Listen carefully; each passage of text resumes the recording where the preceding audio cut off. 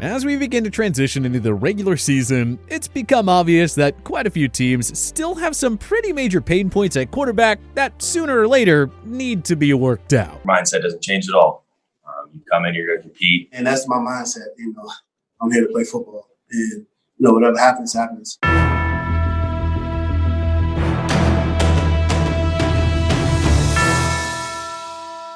The vast majority of NFL teams have zero quarterback controversies. Nothing to see there. But there are several teams who have question marks at the game's most important position, and it wouldn't be all that surprising if any of these 10 starters lose their jobs at some point in the 2021 season. Ben Roethlisberger. To Roethlisberger's credit, he came back from a career-threatening elbow injury at the age of 38 and pieced together a season that defied expectations. Don't forget that many people thought he was totally done heading into last season. But as the 2020 season went on, Roethlisberger's overall production began to decline immensely. He had 6 interceptions over his final 6 regular season appearances, and he completed under 60% of his passes in 2 of those games. Age, injuries, and lackluster production from his receivers led to a predictable decline for Roethlisberger. Sure, he put up 501 yards and 4 touchdowns in their stunning wildcard loss to the Cleveland Browns, but the guy also had 4 picks in that game. We have very little reason to believe that Mason Rudolph will be able to steal the starting job from Roethlisberger. But 2019 first-round pick Dwayne Haskins, who was released by the Washington football team, could very well push for it. If the Steelers get the first-half version of Roethlisberger from 2020, the concerns are a moot point. If they get the second-half version of him, well, then Mike Tomlin will need to consider making a change. He just can't risk allowing Roethlisberger's limitations to jeopardize the team's playoff chances. Jimmy Garoppolo.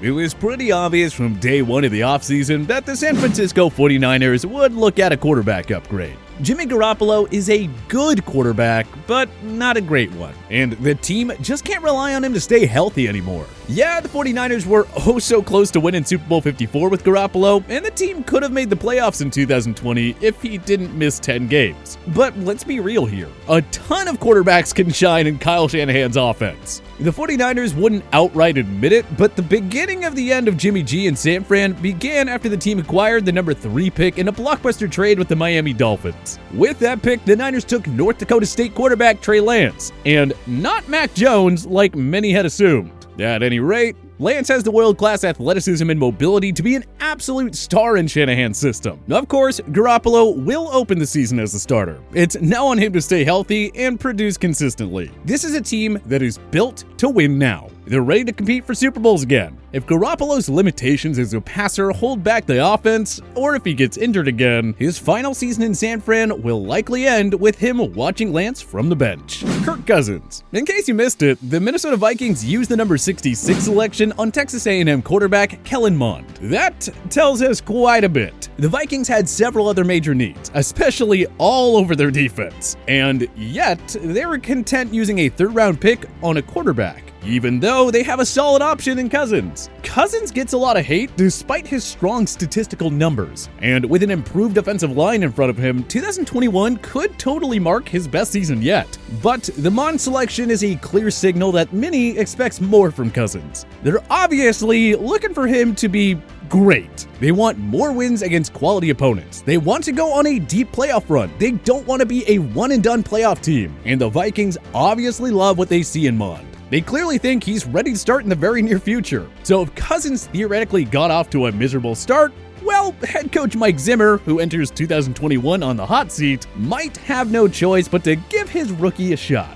Daniel Jones. The New York Giants features a top 10 defense and a ridiculous set of skill position players, ranging from Saquon Barkley to Kenny Golladay to rookie Kadarius Toney. The future certainly does look bright, but only if quarterback Daniel Jones finds a way to break out in his 3rd season as the Giants' starting quarterback. Though he's displayed a beautiful deep ball and a knack for some big-time throws, Jones has struggled big time with ball security. He's thrown 22 picks and fumbled 20 times in just 27 appearances. Look, the Giants' quarterback depth chart doesn't inspire much confidence, but if Jones can't make the most of a strong supporting cast, how much longer can Joe Judge remain patient with him? And don't be surprised if he decides to give journeyman backup Mike Glennon a shot. Or, the Giants could always try to trade for a veteran at the deadline. Andy Dalton or Marcus Mariota might be available by that point. If Jones struggles early and often, the Giants might not hesitate to move on. Ryan Fitzpatrick. Death, taxes, and Ryan Fitzpatrick being involved in a quarterback carousel. For now, the beloved veteran journeyman is the favorite to start for the Washington football team in Week 1, but we've seen the same old song and dance too many times before. He'll start out hot with multiple 300-yard, 3-touchdown games, then cool down and prompt the coach to make a change. And the thing is, Washington has a quality backup in Taylor Heinicke, who nearly led the team to a stunning wildcard win over the eventual Super Bowl champion Tampa Bay Buccaneers. Maybe that was a sign of things to come for Heinicke in DC. Otherwise, don't fully discount Kyle Allen's ability to win over the starting job if Ron Rivera wants a change. Fitzpatrick is a fine short-term starter, but he's too inconsistent and turnover-prone to be counted on for a full season. And with two younger, somewhat intriguing options behind him on the depth chart, Fitzpatrick is a safe bet to eventually lose the starting job.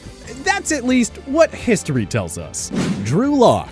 The Broncos could have drafted an upgrade, namely Justin Fields or Mac Jones. Instead, they chose to give Locke one more chance to prove himself, albeit with some competition. New GM George Paton traded for former Carolina Panthers starter Teddy Bridgewater, giving Denver a suitable replacement should Locke flop in year 3. But let's be real here though. Bridgewater is probably the better quarterback of the two. He's good at protecting the football, and he's smart when it comes to avoiding the high-risk throws. Those are two things Locke has struggled with early in his career.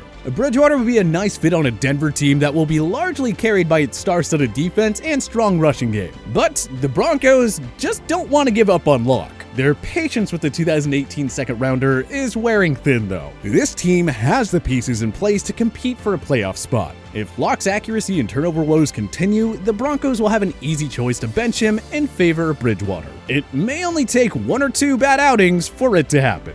Andy Dalton. Yes, the Chicago Bears traded up to draft Justin Fields 11th overall, but this doesn't necessarily mean that he'll start, at least right away.